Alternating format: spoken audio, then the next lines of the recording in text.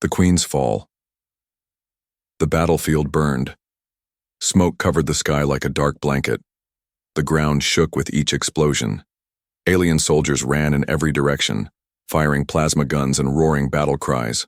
Bodies of fallen warriors lay twisted, in the dirt. Queen Xalara stood tall in the center, her silver armor shining through the smoke. Her red eyes glowed with rage. She was known across galaxies as the Fierce Flame, the warrior queen who never lost a battle. But this time, something went wrong. An explosion blasted behind her.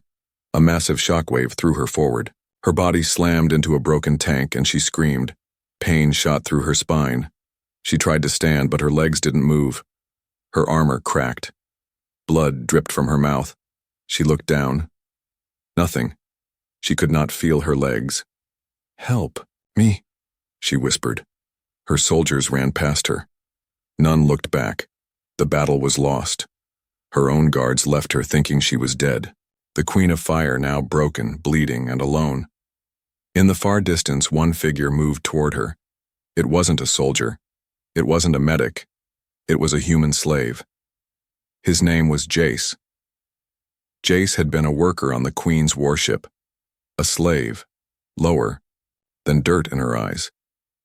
She never looked at him unless she wanted something cleaned. Once she slapped him for speaking without permission. Another time, she laughed when guards punished him for dropping a metal tray. He hated her. But as he saw her lying on the battlefield, barely alive, something inside him changed. He crouched beside her. "Queen, are you alive?" he asked. Her red eyes slowly opened. They were full of pain but also pride. "Don't touch me, human," she growled. "You're going to die," he replied calmly. She looked around. The battlefield was silent now. The enemy had stopped chasing. They believed she was already dead. But if they came back, "I can't move," she admitted. Her voice shook. Jace nodded. "I know." He looked at her shattered legs and broken armor. She was paralyzed. No medics, no guards, no escape, only him. "Then go," she whispered. "Let me die." Jace stood up slowly. He looked at the smoke, the sky, the bodies around them, and he made a decision. No. He found a broken steel pole and some wires from a destroyed drone. He cut up parts of his own jacket and wrapped the Queen's arms to his back. Carefully, he lifted her, not like a slave carrying his queen, but like a man dragging a dying animal. Every step was hard. The ground was sharp with metal scraps. Fires burned nearby. Drones flew overhead. One wrong move and they'd both be spotted, but Jace didn't stop. Behind him, Queen Xalara groaned. Her pride was breaking more than her bones. "I don't need you," she muttered. "You can't even move your toes," he said without turning. "You're a slave. I'm the only one who stayed." She fell silent. Hours passed. Jace's arms were shaking. His back hurt from carrying her weight. His feet bled. But he kept going. They reached the edge of a burnt-out hill. Below it, there was an old transport truck half buried in dirt. Maybe it could be shelter, maybe not. Jace looked down at the Queen. Her face was pale, lips dry. "I'll check it," he said. She didn't answer. She was barely awake now. Jace ran down the hill and checked the truck. No power, no fuel. But it had a roof and metal walls, enough to hide in for a while.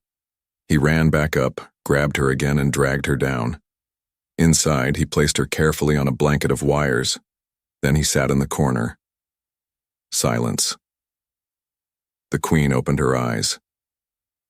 Why are you doing this?" Jace looked at her. His voice was tired, but steady. "Because I know what it's like to be left behind." Crawling through hellfire. The sky turned blood red as the second sun rose. Ash floated in the air like black snow. Flames danced in the distance where crashed ships burned slowly. The world was dying, but Jace didn't stop. He had wrapped Queen Xalara in torn canvas, tied it to a metal pole, and began pulling her across the war-ravaged land like a sled. His arms were bruised. His feet slipped on oily dirt. Every breath he took burned like fire inside his lungs, but he kept dragging her. Behind them, the humming of enemy scanners grew louder. One of them, a spider-like drone, glided close, scanning the area with a red beam. If it found her, she would be executed on sight. And Jace? Worse. Jace didn't breathe. He laid flat, pulling her body under a rusted wing. The drone paused. The beam hovered above them. The Queen's eyes opened slightly.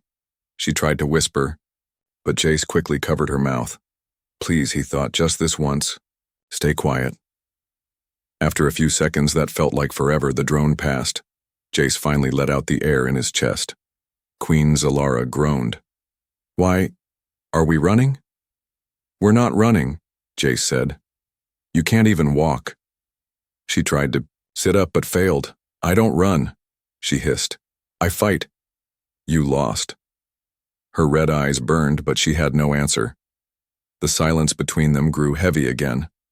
Hours passed. Jace found a cave-like structure inside the hollow remains of a crashed carrier ship.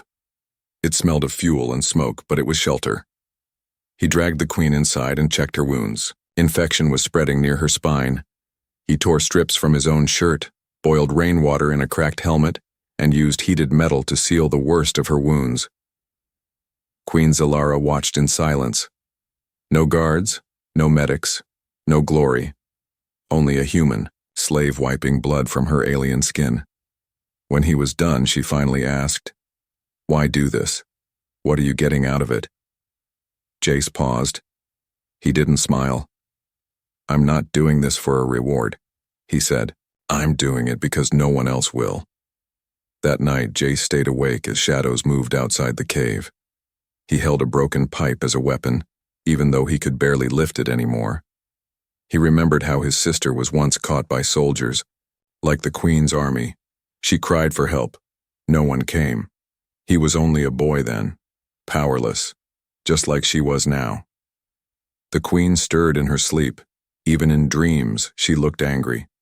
Morning came like a punch to the face. Loud thunder echoed. Except, it wasn't thunder. Enemy hoverbikes flew overhead. A new search party had been sent. And this time they had hounds, biomechanical beasts that could smell blood through miles of ash. Jace knew hiding wasn't enough anymore. He had to throw them off. He made a quick decision. He found a fuel canister near the wreck and rolled it to the cave's mouth. Then he soaked a cloth with his own blood and tied it to a rock. He hurled it far toward the hills, then kicked over the canister and lit a slow fuse. He ran back to the Queen, covered her ears, and shouted, "Don't scream!" The explosion rocked the land. The smoke and noise blinded the scanners. The hounds turned toward the burning decoy. The Queen blinked, stunned. "You tricked them," Jace smirked slightly. "One thing your people never understood. Humans don't just survive. We adapt." As the wind blew fresh ash into the sky, the Queen looked at him with new eyes. He was still a slave by law, but not in spirit. She finally asked, "What is your name?" Jace looked surprised. He answered quietly, "Jace." And for the first time in her life, Queen Xalara repeated a human name with respect. "Thank you, Jace." Shelter in the bones of war. Inside the rusted bones of a long-dead war machine, a queen without power and a slave without chains finally spoke, not as enemies, but as two survivors trying to understand why fate had tied their lives together. The why shelter wasn't a cave or a building. It was the broken skeleton of a giant war machine, an old walking mech, once feared in battle, now nothing more than twisted metal and silence. Jace climbed inside first, checking for traps or life forms. The interior was burned, wires hanging like dead vines. The old pilot seat was melted. The armor plates, black with age, still had dried blood on them. He called it the bones. Then he went back and carried Queen Xalara inside. He laid her gently in a corner, resting her against a metal wall. Her body trembled, not from pain but from shame. Once this war machine obeyed her commands. Now it was her grave. But Jace wasn't done yet. He sealed the gaps with scrap metal to hide them from the sky. He wrapped her in thermal cloth and gave her water drop by drop. Still she didn't speak. She stared at him like he was something strange. A human. Caring for her. As night fell, thunder rolled in. The storm outside was electric, literal bolts of energy from the atmosphere striking the ground like angry gods. The metal bones around them shook, groaned, but inside, it was warm. Jace sat near, the queen. He took off his torn gloves and looked at his hands, burned, blistered, cracked from dragging her across sharp rocks and hot soil. He didn't complain. He never did. Queen Xalara finally spoke. "What do you want from me?" Jace didn't look at her. "Nothing." "You're lying." "No. I stopped wanting anything a long time ago." She narrowed her eyes. "That's impossible. Everyone wants something." Jace looked up slowly. His voice was low and calm. "You want something too, you just can't admit it." That hit her like a blade. She turned her face away. Later, in the silence, Jace took a small item from his pocket. It was a bent metal coin. A human coin, useless in this galaxy. On one side, a faded image of a tree. On the other, the letters Hope. He stared at it. "This was the last thing my sister gave me," he said. Queen Xalara looked at the coin, confused. "A coin?" "She died in a fire," Jace said. "They locked her inside a fuel room because she was sick, too weak to work. She was human?" "Yes, and a child." Xalara's throat tightened. No guards punished him for saying this now. No one was left to protect her power. She was just a woman, injured, weak, listening to a human slave's story for the first time. Outside, something moved. The queen tensed. "What was that?" Jace picked up a rusted rifle from the wall. It didn't work, but he held it anyway and peeked out through a broken gap. Two wild scavenger beasts crept near the mech, huge, with black eyes and teeth like broken glass. They smelled blood. He turned to Xalara. "Don't make a sound. I can fight," she tried to say. "No, you can't." Jace placed himself in front of her. The beasts climbed closer, sniffing the air. They circled the mech. Jace gritted his teeth. He grabbed a piece of sharp pipe and waited behind the door. As one beast poked its head in, Jace drove the pipe forward. A wet sound, screeching. Blood. The second beast attacked. Jace wrestled with it. It bit his arm. He screamed but didn't stop. He stabbed, punched, kicked. Finally, it fell dead beside him. He collapsed in the entrance, panting, bleeding, but alive. Queen Xalara looked at him, not as a slave, not as a lesser species, but as a protector. Her voice was quiet. "You could have run when they came." "I know," he said, wiping the blood off his face. "Why didn't you?" He didn't answer. He just held out the coin again, because she would have wanted me to save someone. That night, under flickering sparks from the storm, Queen Xalara watched him sleep, his body curled in pain near the door. He didn't fear her anymore, and strangely, she no longer feared him either.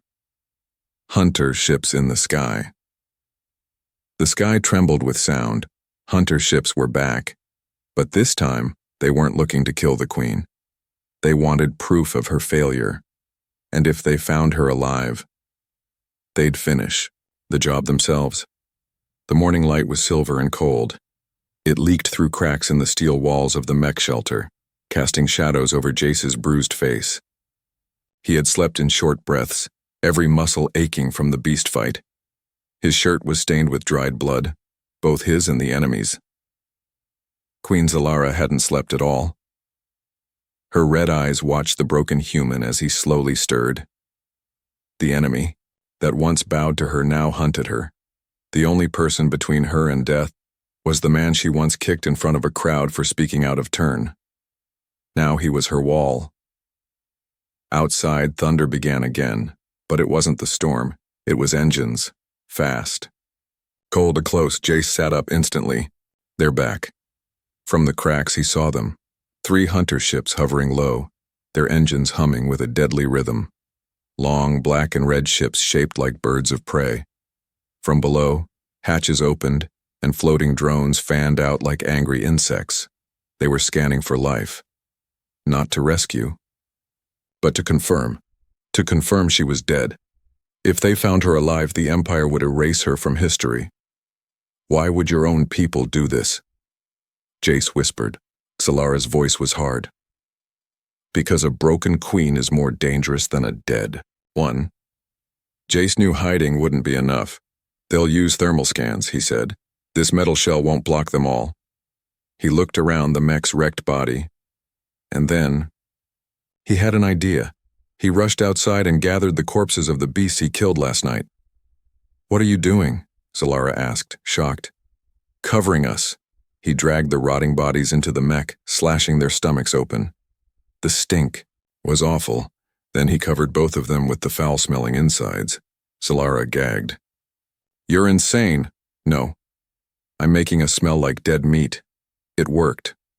When the drones passed over, they detected only the scent of rot and heatless death. Just 2 more bodies in a forgotten ruin. As the hunters moved on, Xalara whispered, You're not just a slave. Jace didn't answer. He looked away and wiped his face with shaking hands.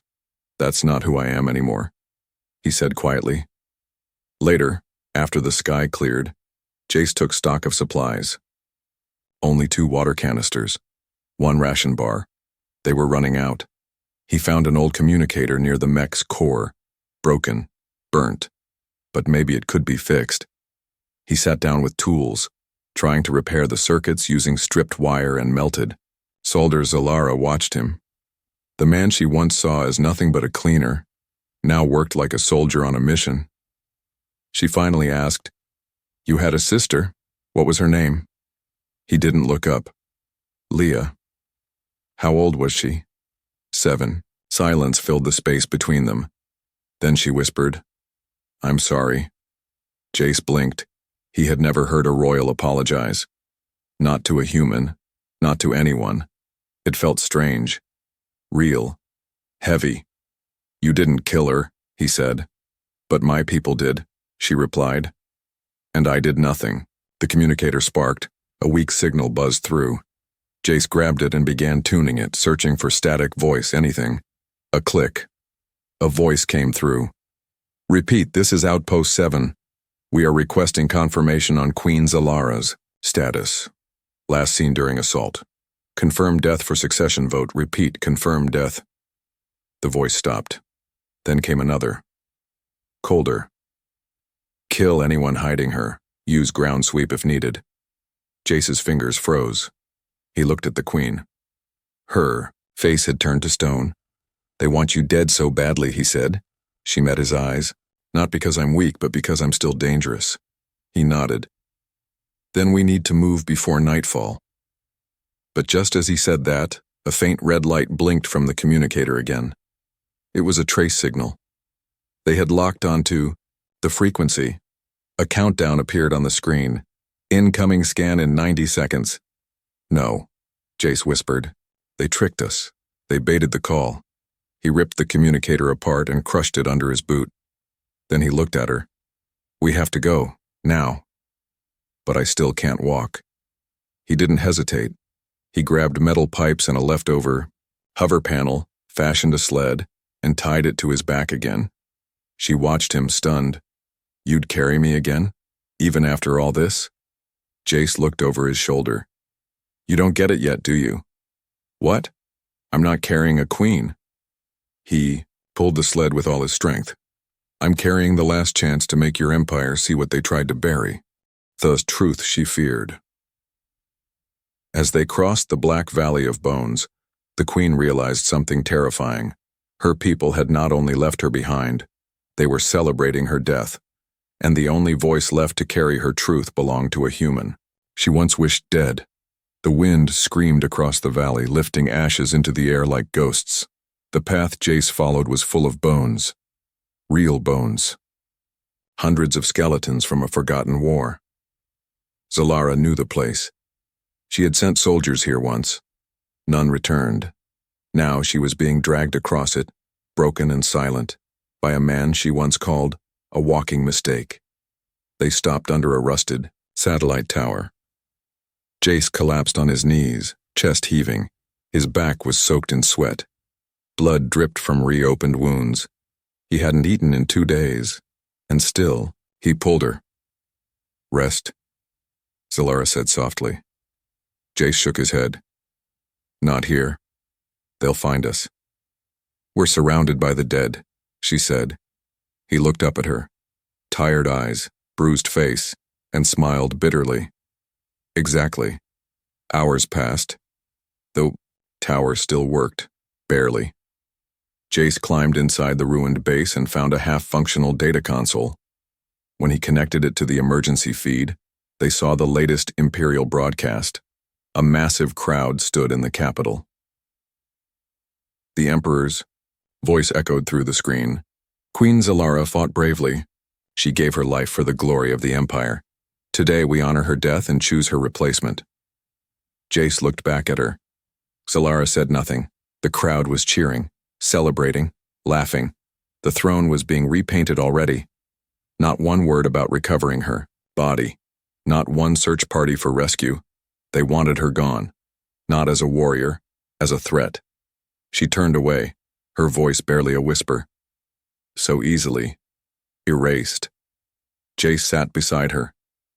"Because you scared them. They feared me because I was strong. They fear you more now. Because you survived." She looked at him, eyes trembling. "Then what do I do now? Crawl into the dust and die in shame?" He held her gaze. "No." "Then what?" "You rise, but not as their queen." Xalara's breath caught in her throat. "What do you mean?" "I mean you stand again, not to fight for your empire, but to fight against what they've become." There was silence. Heavy, long. Then, something inside her cracked. A tear slid down her cheek. Jace looked away, giving her space. It wasn't just pain in her expression. It was the grief of betrayal. Of seeing her people bow to lies while her body rotted in exile. She had been a symbol of power, of victory. But now, she was human. In the worst possible way. That night, while Jace rested, Xalara looked at the data console again. She began to read. Files, secret transmissions, military orders, intercepted codes. Then she found it. A message from her second-in-command. "Once the Queen falls, we install Vakar. No rescue, burn any witnesses. Make sure the human slave doesn't survive." Her fingers trembled. They had planned it all. Her crash, her failure, her erasure, and Jace. They knew he was near her. They wanted him dead. She closed her eyes. For the first time, Queen Xalara did something she had never done before. She made a vow. Not as a queen, not as a soldier, but as someone who had lost everything. And she would rise not to reclaim her throne, but to destroy the lies built upon her grave. The next morning, she turned to Jace as he packed supplies. "I want you to do something for me," she said. He glanced back. "What?" "Teach me to crawl." Jace froze. "What?" "Crawl, drag, climb, whatever you call it. I can't feel my legs, but I want to move." "You want to—" "No," she interrupted. "I need to. I will not be carried anymore." He studied her, and saw it. That fire. Not royal arrogance, but burning purpose. They trained all day. He tied supports to her arms. She dragged herself inch by inch. Her elbows bled. Her muscles screamed. She fell, cursed, wept, but she didn't stop. By sunset, she reached the console by herself. Jace clapped silently. She looked up at him, and for the first time ever, she smiled. Not like a queen, not like a warrior, but like someone who finally took back a piece of their soul. Rise of the Broken Queen. The queen could not walk. Yet she trained like she would soon lead armies again. The man she once called slave now became her teacher, and in the eyes of the Empire, both were already ghosts. But ghosts can haunt. Jace watched with quiet awe. Queen Xalara, once carried like broken cargo, now crawled through fire dust and thorn roots, pulling her body over sharp rocks with shaking arms. Every movement was slow. Every breath was pain. But she never stopped. He had trained soldiers once, back when humans still had armies, before they were crushed. But even among the toughest, he had never seen this. Not from someone who was supposed to be royalty, not from someone who used to spit at his feet. "You're bleeding again," he said, kneeling beside her. "Let it bleed," she replied. "It means I'm not dead." Each day they crawled farther. Each night, Jace reinforced her braces, wrapping her arms in armor scraps and applying crushed moss for the swelling. He found an old hover sled engine and slowly rebuilt it piece by piece. "If we can get this running," he said one night, "we can ride it to the relay tower, maybe get a real signal out." "But what happens then?" she asked. "Then, the galaxy hears your voice again." Xalara looked at her ruined legs, her burned arms. "They won't believe me. They don't have to. They just need to see you alive." By the fourth day, she could drag herself faster. She trained in silence. Only, her breath filled the air, short, sharp, angry breaths. Her once proud hands, now blistered and raw, pushed her forward like she was chasing something only she could see. Jace saw it too. This wasn't just survival. This was rebirth. That evening, as the twin moons rose, a strange howling echoed across the ridge. Jace stepped out and saw them. 3 cloaked hunters, non-imperial, walking across the rocks like shadows. Scavengers, raiders. They carried blades made of bone and energy. They didn't care about the Queen or the Empire. They only saw meat. He rushed back in. "Xalara, we're not alone," she grunted. "Give me a weapon. You can't even stand. Then help me sit. I refuse to die lying down." Jace handed her a plasma pistol with low charge. He grabbed a steel bar and crouched near the entrance. The raiders were fast. They circled the mech. One of them growled in a strange tongue, pointing toward the shelter. Then one stepped inside, tall, pale eyes, hungry. Jace rushed him, swinging the steel bar. The hunter blocked it and slashed. Sparks flew. Jace stumbled but fought back. They grappled, rolled across the dirt. The pistol flew from his hand. The hunter raised a blade. Bang, a single shot, right through the hunter's skull. The body dropped beside Jace. He looked up. Xalara was panting. Smoke rose from the barrel of the pistol. She had pulled herself into a sitting position, hands trembling. I said, "Not lying down." The other 2 raiders heard the shot. One charged in. Xalara threw the empty gun. Jace ducked and tackled the attacker, but it was too strong. The hunter raised its blade and screamed suddenly. Xalara had stabbed it in the leg with a shard of broken metal. Jace finished it with a heavy pipe. The last hunter ran. After silence returned, Jace sat down, blood on his face, staring at her. You saved me," he said. She didn't smile. She just whispered, "Now we're even." They buried the bodies outside in silence. That night, Xalara stared at the stars. Jace sat beside her, wrapping his arm carefully. "Do you still want to go back?" he asked. "No," she said. "Then what?" "I want to be seen." He nodded. "I want them to know they didn't kill me." He leaned back and looked at the broken sled engine. "Then let's get this thing flying." 2 days later, the hover engine roared to life. Smoke and sparks flew, but it lifted. Xalara held tight as Jace piloted it through ash clouds and wreckage. They reached the signal tower by sundown. She dragged herself to the console, pressed record. A red light blinked. Her face, dirty, bruised but alive, appeared on every pirate broadcast channel across the galaxy. Her voice was calm. "They said I was dead, that I broke, that I failed. But I'm still here, And I remember everything. My name is Xalara.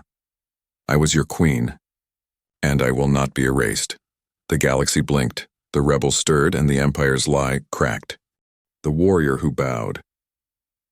She returned not on a royal ship, not carried by her army, but standing between broken armor and a bleeding human who had no rank, yet gave her back her crown. But what she chose next, no one could have imagined. The message spread like wildfire. Queen Xalara was alive. The woman they had buried with words now breathed again, wounded, scarred, and seated beside a human slave who looked more like a war hero than any noble. At first, the Empire tried to silence the signal, but it was too late. Pirates, rebels, traitors, and soldiers on both sides watched it.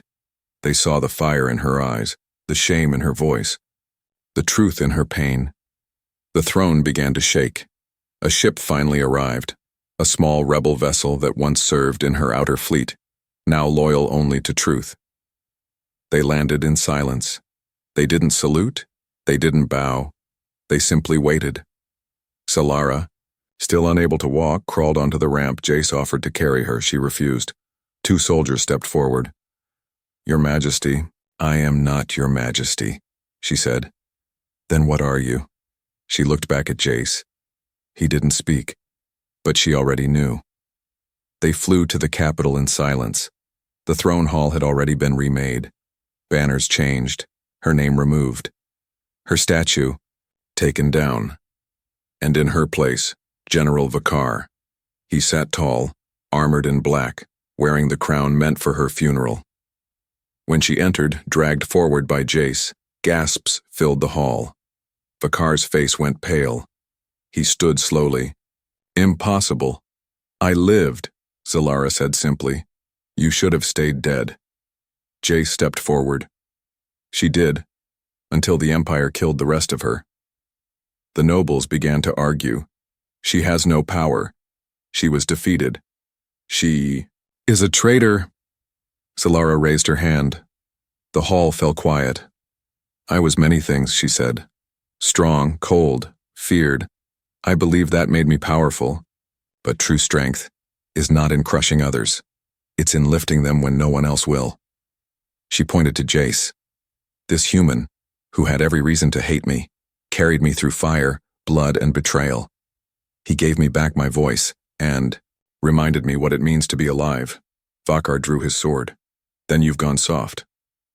Xalara didn't flinch. "No, I've become dangerous, in a way you cannot understand." Jace stepped between them unarmed. The nobles gasped. "A human?" someone shouted. "Step aside, slave," Vakar yelled. Jace didn't move. "I'm not your slave," he said. "Not anymore." Xalara looked at Jace, then back at the crowd. "I no longer seek a throne. I don't want a crown built on silence and fear." She reached into her belt, pulled out the imperial seal, and threw it to the floor. It shattered. "I walk away, not as your queen, but as your witness." She turned to Jace. Then she did the unthinkable. She bowed, before the human, before the man she once spit on, before the galaxy. The hall froze. No alien queen had ever bowed before a human. No ruler had ever chosen humility over revenge. Xalara rose slowly and faced the council. "This man saved me without weapons, without command, without glory. If your empire fears him, then perhaps he is what it needs." She turned away. "Follow me if you wish. Kill me if you must. But I will not fight for what you've become." As she and Jace walked out, a young guard stepped forward and saluted them both. Then another, and another. Dozens of soldiers dropped their weapons and fell in behind them. A new path had opened, not ruled by royalty, but led by respect, not built by war, but by the bond between a broken queen and a human who refused to let her die. Weeks later, across many worlds, rumors spread of a group called the Fallen Rising. Not rebels, not royals, just survivors, human and alien, led by 2 names, Xalara and Jace. Not a queen and her servant, but 2 equals, walking forward together,